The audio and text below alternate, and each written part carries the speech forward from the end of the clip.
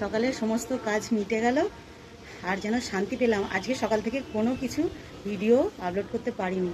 আর কোথাও থেকে ঘুরে এলে না মনে হয় যেন কি যে ঘরদোরের অবস্থা হয়ে আছে, তোমাদের কি বলবো। এমন ঘরদোর ধুলো বালি হয়ে আছে, তার উপর আর এই যে কাঁচা কুচি, এরম দেখলে না মনে হয় না যে আর কোথাও যাব বলে। না বাবা, আমি বাড়িতেই ভালো আছি। এই কাঁচা ধোয়া করতে গেলে অর্ধেক শেষ।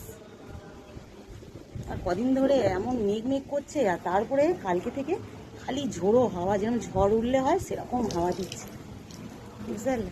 তাও এখন আর সমস্ত কিছু কাঁচা শেষ হয়নি। এই ওয়েদার দেখে অল্প কিছু কাচলাম, ভাবলাম না অল্প অল্প করেই কাচি। এই দিচ্ছি তো মনে হচ্ছে না একদম ওপারে উড়িয়ে নিয়ে চলে যাবে জামা কাপড়, এত হাওয়া দিচ্ছে।